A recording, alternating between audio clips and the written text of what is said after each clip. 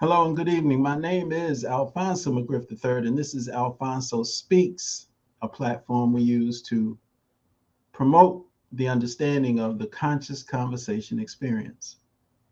The conscious conversation experience is a collaboration and movement that chooses love and enlightenment. The conscious conversation experience is a collaboration and movement that chooses love and enlightenment. We like to talk about resolution. Resolution is the successful solving of a problem. I am here to help myself and people around the world transform conflict into conscious conversation that leads to understanding, resolution, and enlightenment. What is a conscious conversation? A conscious conversation is a verbal interaction where we speak with the desire to understand. We ask questions and we share information. We take responsibility for our thoughts, words, and actions and control our prejudices and emotions, which, if left unchecked, will disrupt the goal of having a conscious conversation. The strength of a conscious conversation is its ability to inspire rather than manipulate. Ultimately, the conscious conversation experience is a pathway to understanding, resolution, and enlightenment. At the very foundation of a conscious conversation is understanding. If there is no desire to understand, there can be no conscious conversation. So the goal is to understand. One of the reasons why I put myself on this journey of having a conscious conversation is because I myself was a person who was filled with anger,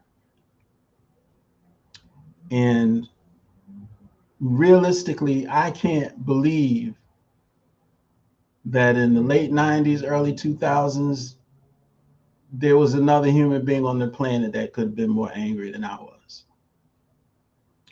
It started out with me reading the autobiography of Malcolm X again, because I read it earlier, but I didn't really take it in the way I did that time I read it. I read the autobiography of Malcolm X, and I started following Minister Farrakhan and the Nation of Islam. And then I started listening to Dr. Khalid Abdul Muhammad. And by the time I was listening, when Farrakhan finished with me at that time, I was at a level of anger that I didn't think could be any more intense. But when I started listening to Dr. Khalid Abdul Muhammad, that intensity increased. As a matter of fact, Dr. Khalid Abdul Muhammad used to make a statement that said, if you're Black in America and you're not angry, something is wrong with you. And I took that position literally. And I criticized everybody and everything. And I read books, and I read the more I read about our history, the more intense the anger became. I was so overcome with anger. And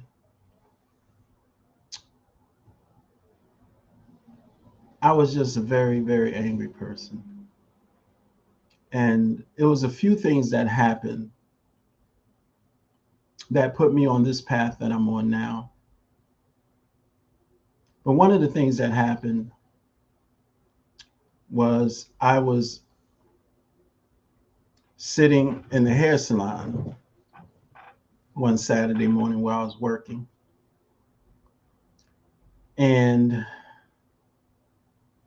it was just me by myself, and a woman walked into the salon. And I recognized the woman from the bookstore that I used to go to on Saturdays, Asagai Books. And I used to go to this bookstore on Saturday. and he would show videotapes of Amos Wilson and a lot of other people. And I would see her at the bookstore, but I never really knew her personally. And she was always quiet and she didn't say much because Dr. Asagai at that time, he was another angry person. And he and I would clash sometimes because he would expect me to just take what he says simply as the truth and not question anything, you know. And so he would be upset when I would question some of the things he said. Now, he was a well-read person, very intelligent, brilliant man, but he was filled with anger as well. So anyway, I would see her at the bookstore. So one day she just showed up at the hair salon. And I had no idea she even knew where I was working, let alone really knew who I was. And she walked into the hair salon. And I'm telling this story because it is so difficult when you get into this dark pit to come out of it. There has to be things that happen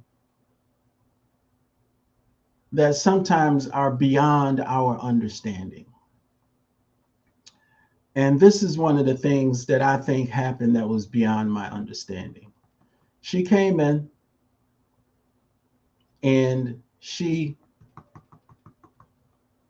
said, "Hey, Alphonso, how you doing?" And I said, "I'm good." And as I'm talking, I'm remembering her name was Janice or Janet.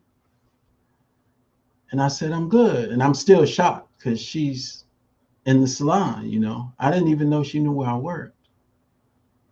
And she said, "I just wanted to come by and talk to you for a minute." And I said, "Oh, okay, cool." So we talked. She started telling me, you know, the first thing she said to me is, "You're fighting like hell to keep from growing." And when she said that to me, of course, at the stage of understanding where I was at, I immediately got insulted. You know, I felt like she was hurling insults. So I said, okay. But I respected her because she was, you know, an elder. And she said, sometimes you have to realize you don't have to respond to everything. And she was trying to help me understand how powerful listening was. And that was another cue for me. And she trying to tell me to shut up. So she asked me to come to the door with her. And I walked to the door with her. And she asked me to close my eyes and just listen. So we stood in the doorway. And I closed my eyes and she closed her eyes and she was saying, just listen. You know, and I was wondering how long this is going to go on. So I kept peeking and I was looking at her and her eyes were still closed. So I finally said, listen, just rock with it, man. Just rock with it. Relax. So I relaxed. I closed my eyes and I was listening. And the coolest thing happened that I had never really paid attention to before. I was able to hear birds, but I could hear birds that were to the left, to the right, close by, far away. I could hear all of these different, and I could hear the cars in the street, and I can tell which ones were going to the left and which ones were going to the right. And I heard people walking past the salon, and I can tell who was going to the left and to the right, how far they were, if they were getting closer. I just noticed all of these things from standing there with Janet, listening.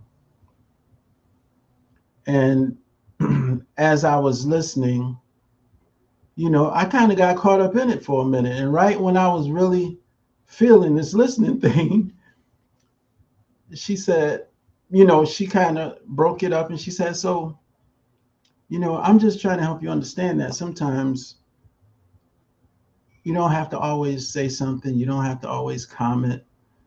Listening is a good thing. And she never said anything about my anger. The closest thing she said to that was when she told me I was fighting like hell to keep from growing. And but she never said anything about my anger. And she said, I have a book for you. And she gave me this book, and it was a book called Silent Power by this guy named Stuart Wilde. And again, my mindset, I was thinking she was trying to shut me up again. Because to be quite frank, I did have a lot to say at the time. And so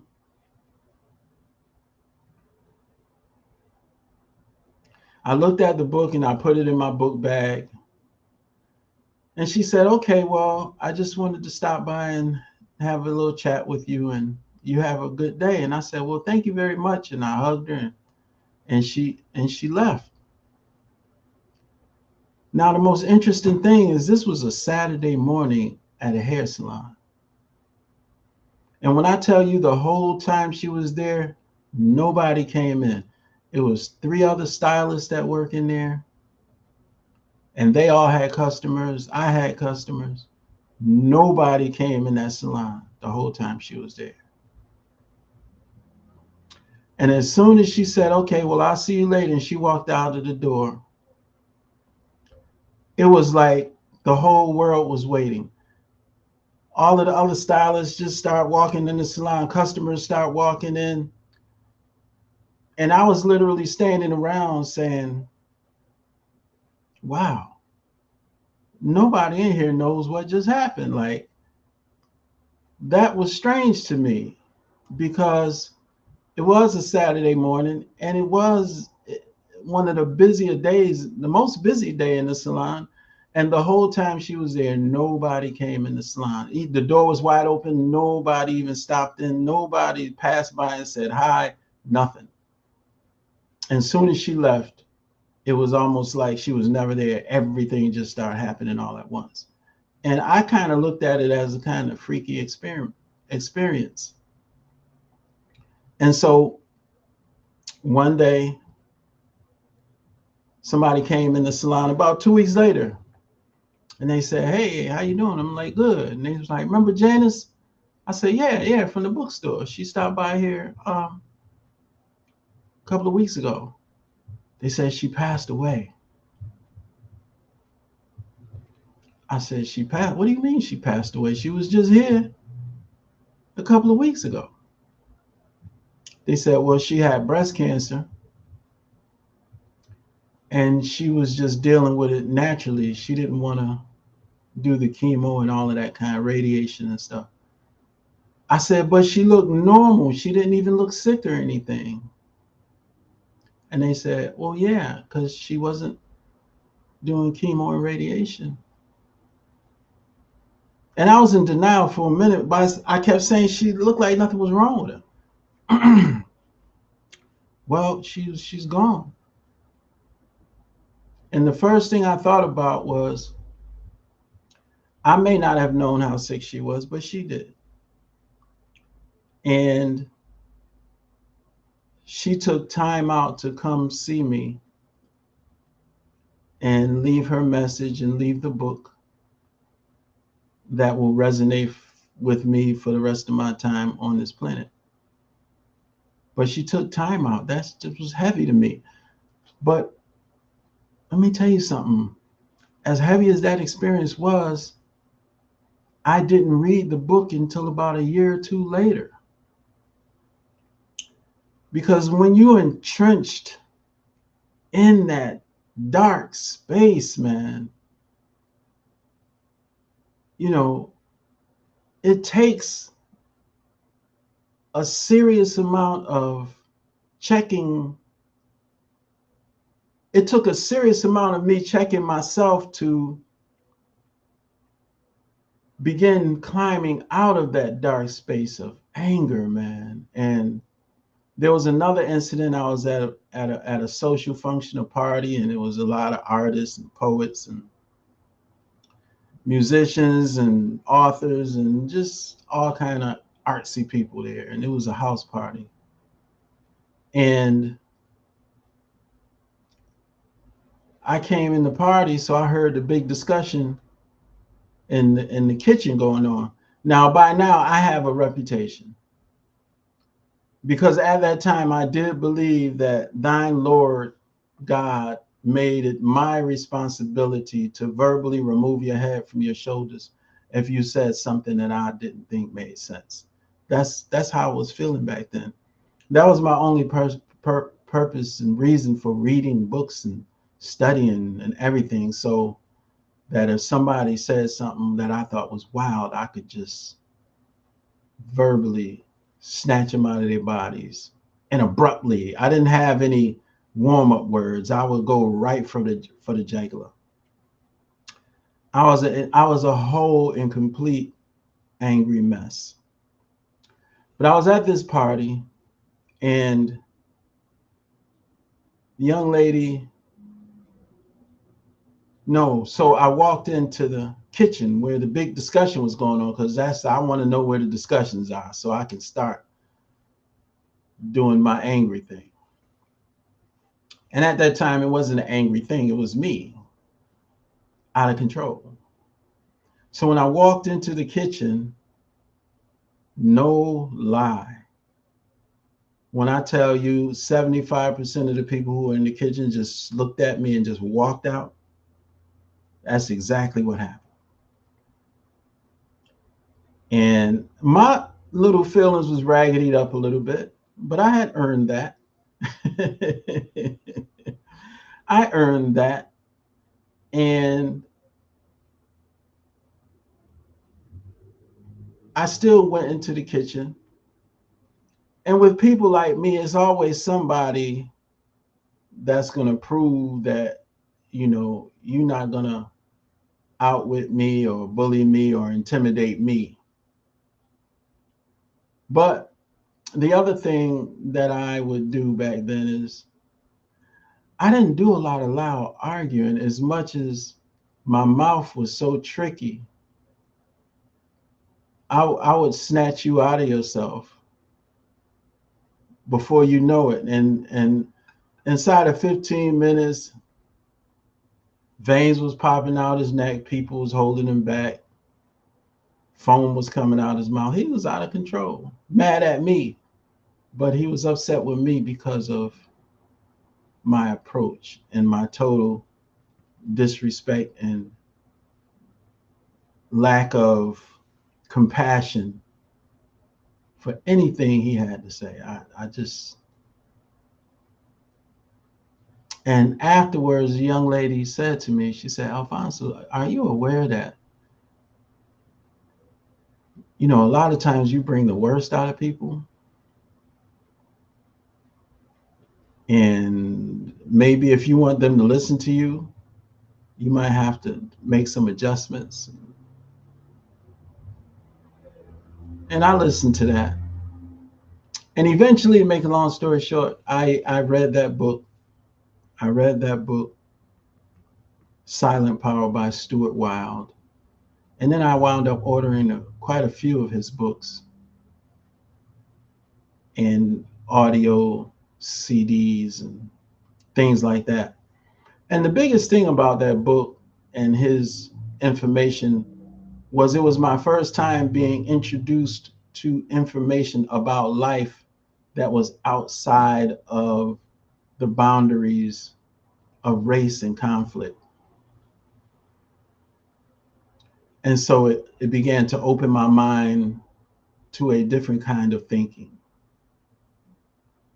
And that is how I got on this journey to where I am now. That is why I have a desire to teach people, young people, high schoolers, and adults, people on their jobs, people in colleges, universities. I have a desire to share with people what I've learned about this communication that I call the conscious conversation experience. And this is ultimately what I feel I was born to do. This is my purpose in life right now, is to share this information with people, especially these high schoolers.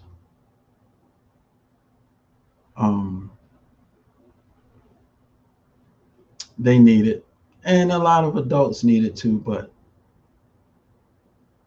these high schoolers really need it, college students. And I always tell people, I don't move with the goal or the desire to get people to do anything. All I want to do is get in front of people and share the information, and based on where they are and their thought process and mindset, they can take it and use it, or they can leave it alone, or they can store it in their brain as a dot that could be connected to something else that awakens that dot and the information connected to it. So ultimately, my desire is to not necessarily be sitting in the chair doing live streams, but actually standing in front of people and giving them this information that I think is extremely valuable. And I think it helps bring people into self-knowledge. So the conscious conversation experience is a collaboration, because that means it's people working together for a common goal. And movement is not just a meeting, but it's a movement. It's a way of life. And this movement chooses love and enlightenment. And the love I talk about begins with self-love, self-respect, self-responsibility. The love I'm talking about is not love where you go around and hand out a bunch of hearts on Valentine's Day and give yourself to people. I'm not talking about the love where you give yourself to people. I'm talking about the love where you first give yourself to yourself. The love where I first give myself to myself. And self-love, self-respect, self-responsibility. That's the kind of love that I'm talking about. So the conscious conversation experience is a collaboration and movement that chooses love and enlightenment. Now, I also wanted to say again, now if you just clicking in, I think it's important that you listen to what I said earlier after the video is over, because I speak about how I arrived to this point and how angry that I was at one time. So I don't claim to be this person who has a sense of self and I've been always this way. It's been it's been about 27, 28 years of work to get to this point. And one of the things that I've learned that I have to share all the time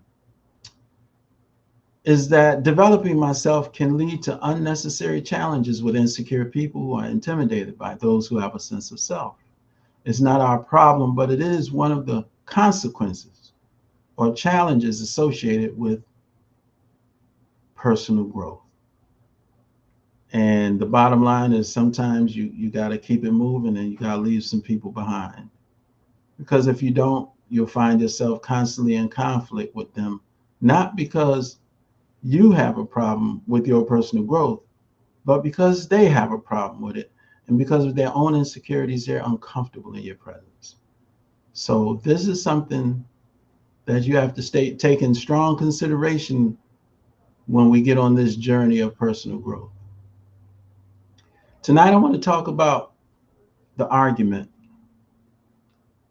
And I want to say that we never argue when we are engaging in the conscious conversation experience.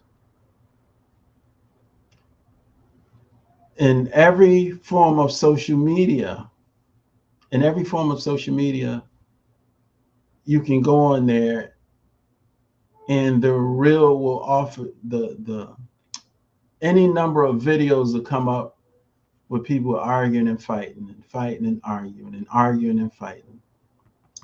You go on YouTube and people are calling each other out and arguing and fighting and fighting and arguing and arguing and fighting.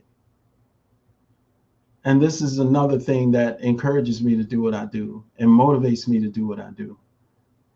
Because I literally am so tired of arguing and fight. And I'm so tired of watching us argue and fight and hurt each other and say things to each other that we can't take back. So this is why the conscious conversation experience is so important. So when we engaged in a conscious conversation, we never argue. We only argue when we're unsure of what we claim to understand. Most importantly, arguments can lead to unpredictable, tragic endings. You can use AI or you can use Google or Google's AI or whatever, and you can just look up argument leads to argument leads to and hit return. And you'll see argument leads to shooting, argument leads to fight, argument leads to murder, argument leads to brother killing his brother, argument leads to father killing his son, argument leads to son killing his father, argument leads to stabbing, argument leads to all kind of negative stuff. Because once emotions get out of control, especially in both people who are arguing, then it's like Russian roulette because we have no idea how it's going to end.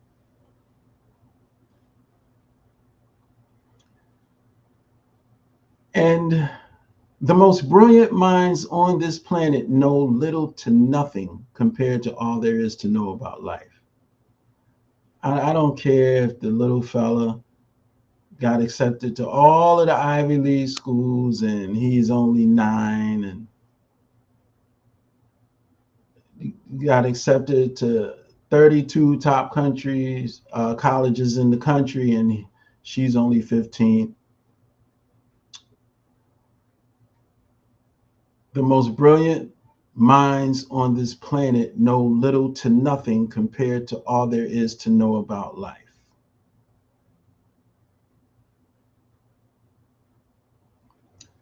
Buildings and monuments on this planet have yet to be deconstructed, and how they were built has not been figured out. There are people who've done things thousands of years ago that we're still trying to figure out how they did it.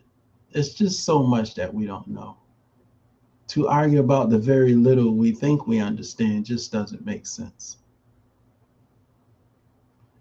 We also have no idea what's impossible because we know so little about our reality. We also have no idea what's impossible because we know so little about our reality. This means that everything we think of in our own life lane is possible.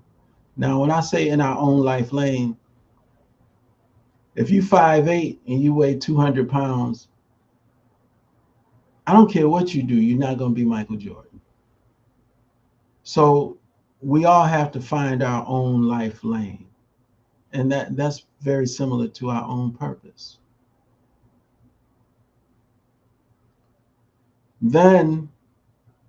So this means that everything we think of in our own life lane is possible. Everything we can think of in our own life lane is possible.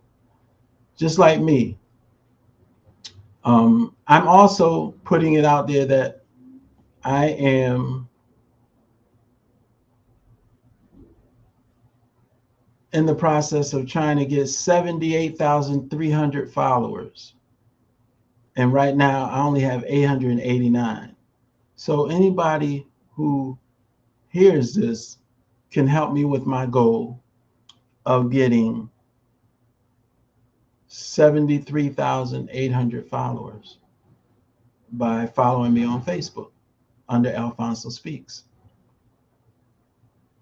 And I also feel like one day I'm going to be speaking in front of hundreds and maybe even thousands of people. This is this is this is what I'm thinking of in my own life lane. And it's just a matter of our life, whatever our life lane is, whatever we can think of, we can make it happen. Then we acquire the knowledge and skills to transition our ideas, thoughts, and limited understanding from consciousness to reality. And that's what I'm in the process of doing now. This particular live broadcast that I do 5 times a week is something that helps my speaking skills. It helps me become better. It helps to improve my speaking skills. And this is my 10th episode. When I did my first episode, it was extremely humbling because I realized that I wasn't as good as I thought I was with speaking. Now, I feel like I'm great, but I wasn't as great as I thought I was. Those first 6 episodes were very humbling because I watched them over and over again, and I had to learn a lot about things that I need to work on when I'm speaking and sharing information.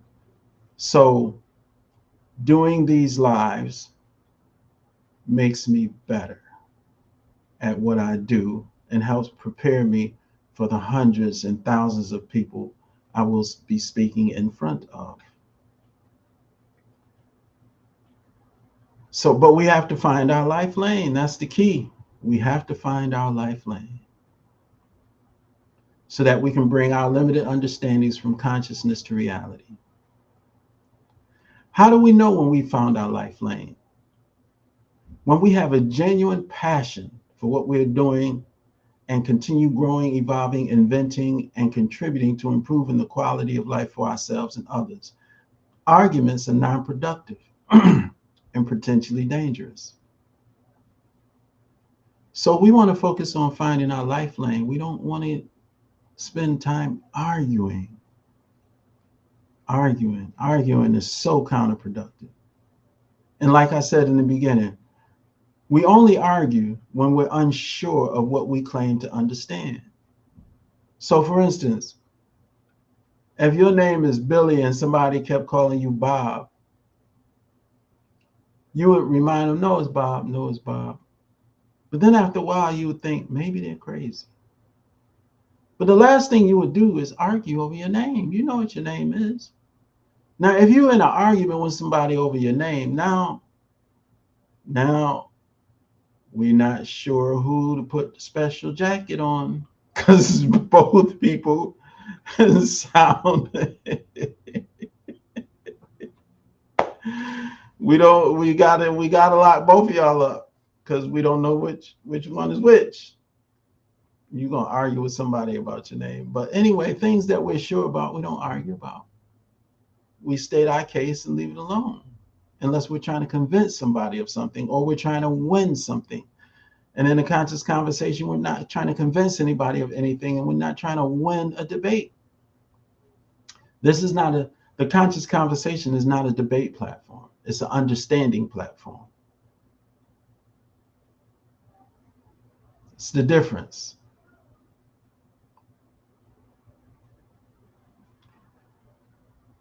So again, how do we know when we found our life lane? Well, when we have a genuine passion for what we're doing and continue growing, evolving, inventing, and contributing to improving the quality of life for ourselves and others. Arguments are non-productive and potentially dangerous. If we are all operating with minimal understanding of the universe and all that it entails, what is the value of arguing about who's right or wrong when it makes more sense to share what we think we understand with one another? When we question everything, determine what makes sense, and learn and grow from the experience. That's what we do in a conscious conversation. We question everything, determine what makes sense to us, and then learn and grow from the experience. We know three things for sure.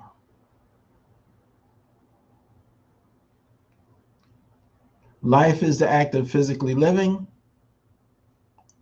Challenges are personal trials that will always be a part of life.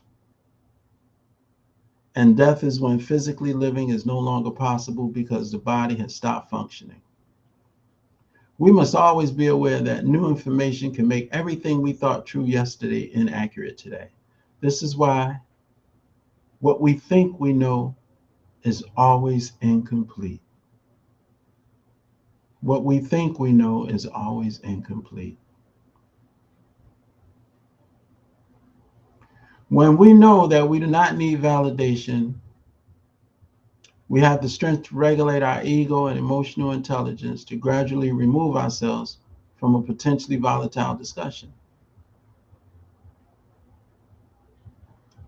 So when we know we do not need validation, we have the strength to regulate our ego and emotional intelligence to gracefully remove ourselves from a potential volatile discussion. Ultimately, arguing never makes sense. We must take responsibility for our negative emotions so that we can speak from a place of thought. This is emotional intelligence. We do not try to win or be the smartest and never use words like stupid, slow, or dumb. This way, we avoid arguments that lead to harmful confrontations, sometimes fatal. With these thoughts about a conscious conversation, we can leave the discussion, reflect on what has been said, and continue to learn from the interaction long after it's over. The better we're listening, the more we can learn. So during a conscious conversation, we never argue.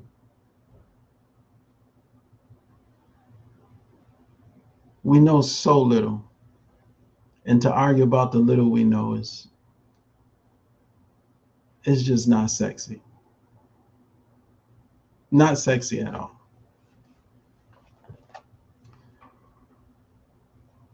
So that was the basis for episode 10. We never argue. Now my question of the night is, do my decisions hurt me and lead to causes for trauma? Do my decisions hurt me and lead to causes for trauma? Because a lot of times, this is kind of a delicate area, but I'm going to tread around it the best way I know how. And I hope I'm not misunderstood, but I'll do the best I can. But it has to be dealt with. A lot of this trauma that's being discussed nowadays, and of course, I'm not saying all of it, but there's a significant amount of trauma that's being discussed nowadays that we have brought on ourselves because of the decisions we made. Because of the decisions we made.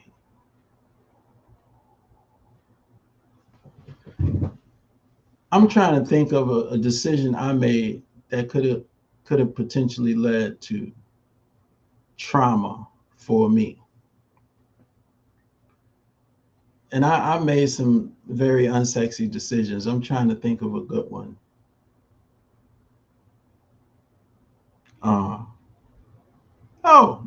What I was talking about earlier today. I made a decision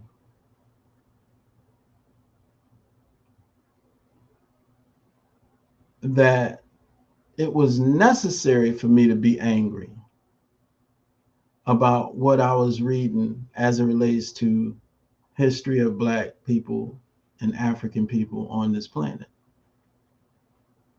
I made a decision to be angry about that. Now, I could have made a decision to take on the information, understand it, and move like I understand the reality that I'm in based on what I learned from what I read. But instead of just receiving the information and using it to keep me alert or knowing how to move in a room full of vultures, keeping me alert about myself and my surroundings rather than receive the information in that way, I received the information and chose to be angry about it. And I'm going to tell you the tipping point. I didn't tell you earlier when I talked about my story of being angry, but I'm going to tell you the tipping point when I knew I had to do something. It was the click point that got me on this path right here today. What happened was I was watching TV, and this was in Miami, Florida. This was happening in Miami, Florida. I wasn't in Miami. And it was this young 15 or 6-year-old. He was being handcuffed. And being handcuffed behind his back. And after the police officer handcuffed him, he pushed his face down on the back of the trunk of the car and was using his other hands to rifle his pockets and stuff like that. And this other police officer just came from the side, and with everything he had in him, he sucker punched this young teenager in the face. And it was all caught on film, and none of that matters anyway. But this was my tipping point. He sucker punched that young boy in the face, busted his face up. And I was like, I got to get a flight to Florida. I got to find that police officer. He got to pay for that. Like I was in this really, really, really out of control, dark place. Like that took me as far as my spirit was willing to go in the anger department. I was thinking of some really dark things to do, but I couldn't do it. My spirit wouldn't let me do it. And I said, but I got to do something else. And the something else was I have to get some control over this anger. And that's when I pulled that book out of the book bag and started reading it. And that's when my journey out of the angry place began. Because if I hadn't done that, I was about to lead myself into a very bad situation, and I would have truly been traumatized by the decisions that I may have made if I didn't have something in me that was trying to prevent me from going there. And I have to admit that at that time, this was gotta been in like 1996 or 7, no, 1998.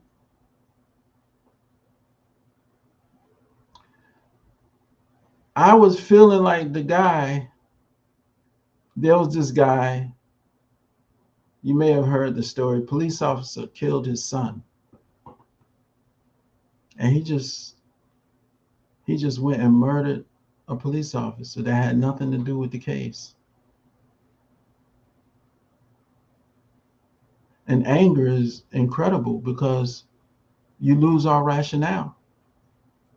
And to the rational person, why would he do that? To the irrational person, somebody got to pay. That's how I was feeling when that police officer punched that 16-year-old. The only difference between me and that father is just my spirit wouldn't let me take it to the next place. And that's when I end up on this path, because it was a serious fork in the road. We going dark or we gonna get better? Which one is it? And I'm so glad I chose the fork to get better. But I had some backup. I had that book in my book bag that got me started and gave me another view of life outside of race and anger and Black American history, slavery, all that stuff, man. That'll have you. And then as you get details about it, more details about it, it can take you to a real ugly place. And I was there. But that was my moment when I was at the fork and I had to make a choice. And so fortunately for me at that time, I made the choice to get better. And I did not make the choice that hurt me more and led to causes for trauma for myself. And so what I'm saying today is that when I ask the question, do my decisions hurt me and lead to causes for trauma? We can't just look at the trauma part and say we have trauma. We have to do an investigation of the decisions that led to that place. And this doesn't mean blame the victim. It means we have to launch an investigation about some decisions we may have made to put us in that position and make better decisions. So that was my question of the day. Do my decisions hurt me and lead to causes for trauma?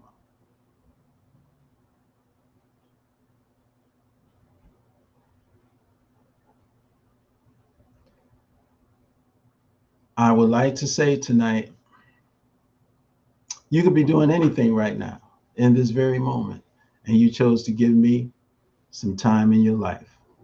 I do not take it for granted. I love you all, and I always will.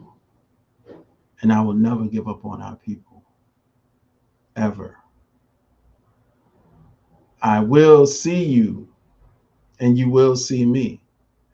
I will be speaking before hundreds and thousands, and I will get my 78,300 followers at some point. But if you want to contribute, you can definitely follow me on Facebook at Alphonso Speaks and help me get my goal of 78,300 followers.